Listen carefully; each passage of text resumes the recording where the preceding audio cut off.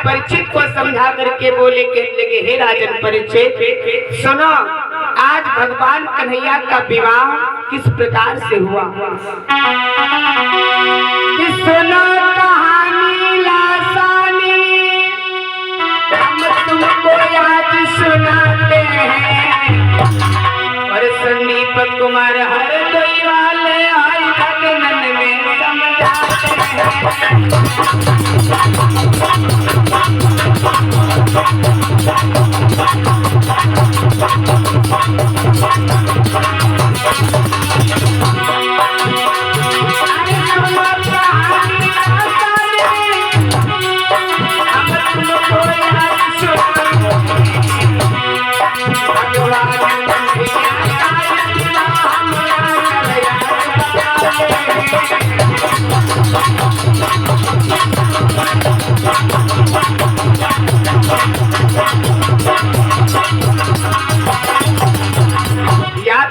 प्यारे भक्तों, इधर भगवान कन्हैया द्वारिका में मौजूद हैं और कुंदनपुर के रहने वाले महाराज एक राज्य हुआ जिसका नाम है कुंदनपुर। वहां के रहने वाले राजा भीष्मक हैं, बहुत अच्छे राजा हैं, अपनी प्रजा को पुत्र के समान मानते हैं।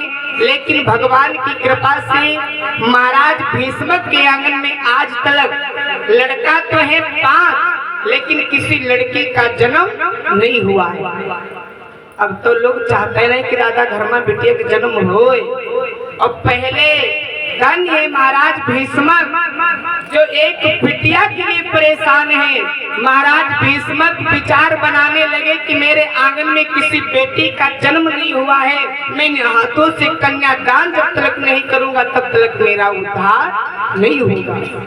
क्योंकि बात भी सत्य है, अगर पृथ्वी पर हम और आप अवतार लिया है तो भैया इन हाथों से अगर ग्रस्त की जिंदगी जी रहे हैं तो इन हाथों से एक बार कन्यादान करना चाहिए। महाराज भीष्मक परेशान है कि मेरे आंगन में किसी बिटिया का जन्म नहीं हुआ है।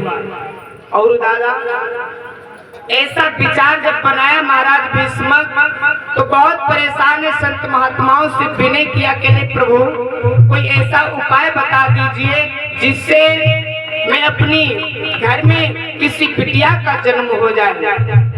तो महाराज भीष्मक को संत महात्माओं ने बताया, कहने लगे अगर बेटी चाहते हो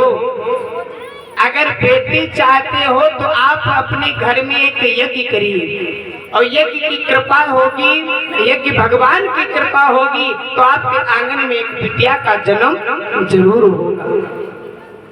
आज महाराज भीष्मक अपने आंगन में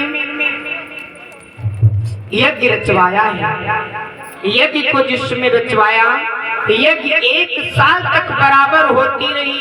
प्रमाण मिलता है यज्ञ में जितनी मोटी हाथी की सूंड होती है उतनी मोटी घी की धारा डाली गई। 1 साल के बाद भगवान की कृपा हुई तो महाराज भीष्मक के आंगन में एक बिटिया का जन्म हुआ। और बिटिया कौन है, ध्यान देना। त्रेता में जो सीता बनकर और पृथ्वी पर वो